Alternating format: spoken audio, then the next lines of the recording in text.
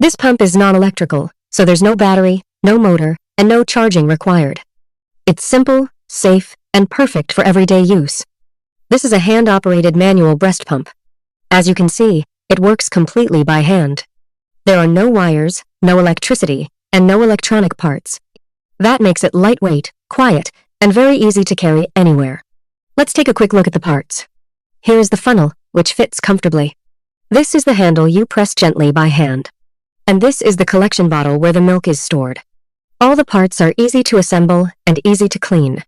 To use the pump, sit in a comfortable position and relax. Place the funnel properly, making sure it feels comfortable.